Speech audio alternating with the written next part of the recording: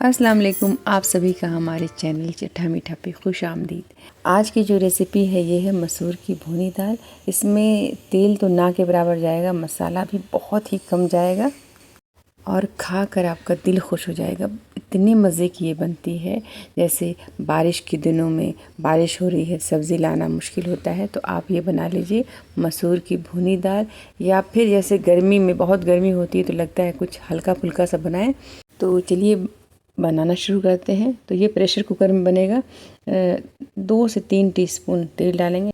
आप जो भी तेल खाते हो वो तेल डाल सकते हो। और ये लहसुन है 4 से 5 जे, इसे हमने छोटा छोटा टुकड़ा में कट कर लिया है। 2 लाल मिर्च है, इसे तोड़ दिया है। 1 बड़ी इलायची है, 5 से 6 दाना काली मिर्च है, छोटा सा अदरक का टुकड़ा है, 2 लौंग है, वैसे 2 हरी इलायची, हाफ टी स्पून ज़ीरा लेंगे और 4 से 5 करी लीव्स।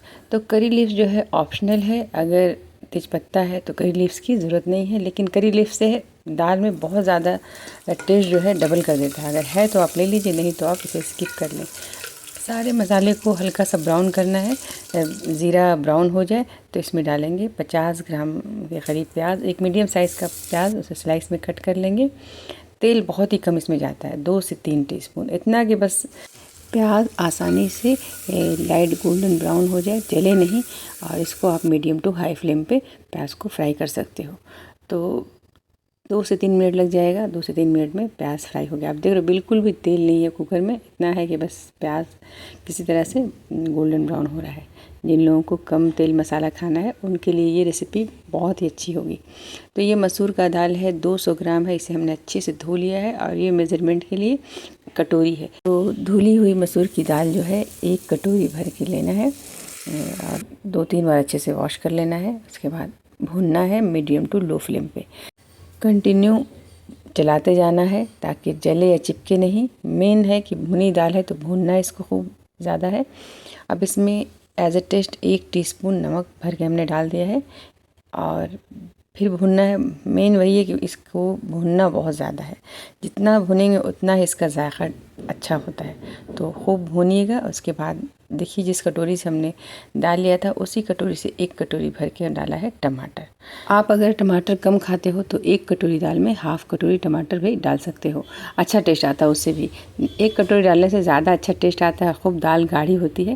तो इसको भी भुनना अच्छे से है, मेन इसको भुनना है। अब कोई मसाला नहीं जाएगा, ना हल्दी, ना धनिया, ना मिर्ची पाउडर, कुछ भी नहीं, बस इसको भूनना है। लेकिन इतना चटपटा ये दाल होगा जब आप बनाएंगे तब पता चलेगा। इसके बाद इसमें 4 कटोरी पानी डाल देना है। तो दाल का 4 गुना पानी लेना है। जैसे 1 कटोरी दाल है तो 4 कटोरी हमने पानी डाल दिया। इसे अच्छे से मिक्स करना है। नमक टेस्ट कर लीजिए, अगर पानी का नमक नमकीन है तो दाल का नमक बहुत अच्छा होगा। और 4 कटोरी पानी डालने के बाद अच्छे से मिक्स करके चला करके ढक्कन ढक के 5 से 6 सीटी लगा देना है। 1 सीटी हाई फ्लेम पे लगाइएगा, उसके बाद फिर लो फ्लेम करके 4 से 5 सीटी लगा दीजिए ताकि दाल अच्छे से गल जाए।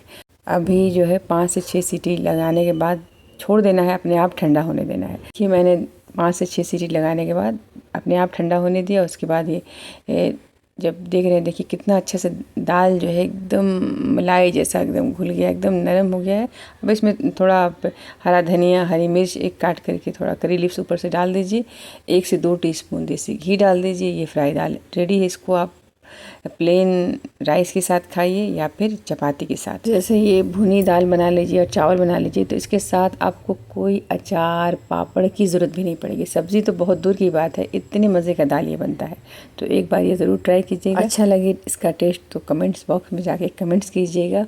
वीडियो अच्छा लगा हो तो वीडियो को लाइक कर दीजिएगा, शेयर कीजिएगा। खूब सारा अपना ख्याल रखिएगा। अल्लाह हाफिज़।